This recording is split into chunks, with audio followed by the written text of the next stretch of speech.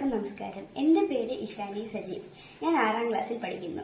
നമ്മൾ ഇന്ന് ഉണ്ടാക്കാൻ പോകുന്നത് നെയ്യപ്പമാണ്. അതിനായി നമ്മൾ 4 മണിക്കൂറായി കുതിർത്ത് വെച്ചിരിക്കുന്ന നമ്മളിത് പച്ചരി കുതിർക്കാൻ വെച്ചിരുന്നു. കുതിർത്തിട്ട് ഏകദേശം 4 മണിക്കൂർ കുതിർത്ത പച്ചരിയാണിത്. നല്ലപോലെ വെള്ളം വാങ്ങ പച്ചരിയാണ്. ഇനി ഇത് നമ്മൾ അരയ്ക്കാൻ വേണ്ടി നമ്മൾ ശർക്കര പാനി ആണ് എടുത്തിരിക്കുന്നത്. ശർക്കര പാനിയിലാണ് നമ്മൾ ഈ അരി അരയ്ക്കാൻ പോകുന്നത്. അപ്പൊ നമുക്ക് കുറേശ്ശെയായി അരി അരച്ചെടുക്കാം.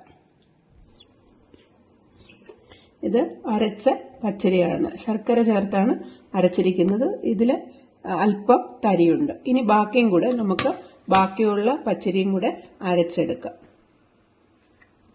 നമ്മൾ എടുത്തിട്ടുള്ള കറുത്ത എള്ളാണ്, നമുക്കതിപ്പോൾ ഇട്ട് കൊടുക്കാം.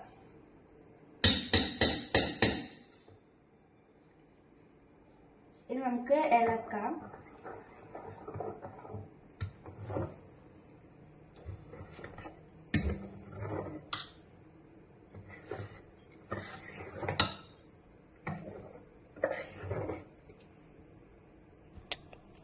ഇനി നമുക്ക് എള്ളിട്ട് കഴിഞ്ഞു. ഇനി നമുക്ക് ഒരു നുള്ള ഉപ്പ് ഇതിനകത്ത് ഇടാം.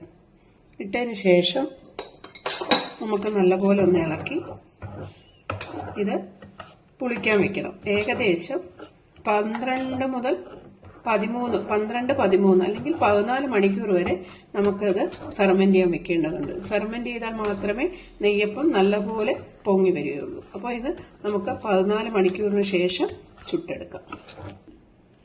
ഇപ്പോൾ നമ്മൾ നല്ലപോലെ ഉപ്പ് ചേർത്ത് ഇളക്കി വെച്ചിട്ടുണ്ട്. ഇനി നമുക്കൊരു 14 മണിക്കൂറത്തേക്ക് അടച്ചു വയ്ക്കാം. തയ്യാറാക്കി വെച്ച ബാറ്ററാണിത്. നല്ലപോലെ ആയിട്ടുണ്ട്. ഇത്രയും കുറുകൽ വേണം. ചെറിയ തരിയുമുണ്ട്. ഇതിൽ നമ്മൾ 1 സ്പൂൺ നെയ്യും പിന്നെ ഏലക്ക പൊടിച്ചതും കൂടെ ചേർത്തിട്ടുണ്ട്. അത് പറയാൻ വിട്ടുപോയി. അപ്പോൾ അത് രണ്ടും കൂടെ ഇതിൽ ചേർത്തിട്ടുണ്ട്. ഇനി നമുക്ക് വെളിച്ചെണ്ണയാണ് ഉപയോഗിക്കുന്നത്. വെളിച്ചെണ്ണ ചൂടാക്കാൻ വെച്ചിട്ടുണ്ട്. ഇനി നമുക്ക് 1 ടേബിൾ സ്പൂൺ ഇതിലോട്ട് ഒഴിച്ചു കൊടുക്കാം.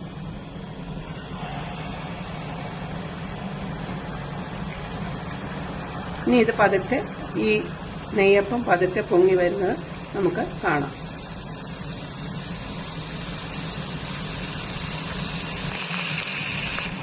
ഇപ്പോൾ നെയ്യപ്പം പൊങ്ങി വന്നിട്ടുണ്ട്. ഇനി നമുക്ക് ഒന്ന് ചൂടായതിനു ശേഷം ഇത് പതുക്കെ തിരിച്ചിടാം.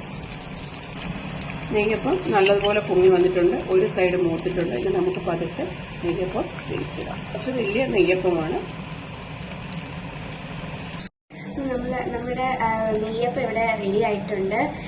അരിവൊക്കെ നല്ല മുരിഞ്ഞ് നല്ല സോഫ്റ്റ് ആണ്, നല്ല ക്രിസ്പിയും കൂടെയാണ്. അപ്പം ഞാൻ ഒന്ന് രുചിച്ച് നോക്കിയായിരുന്നു, നല്ല ടേസ്റ്റ് ഉണ്ട്. അപ്പം എല്ലാവരും ഇത് ട്രൈ ചെയ്ത് നോക്കുക.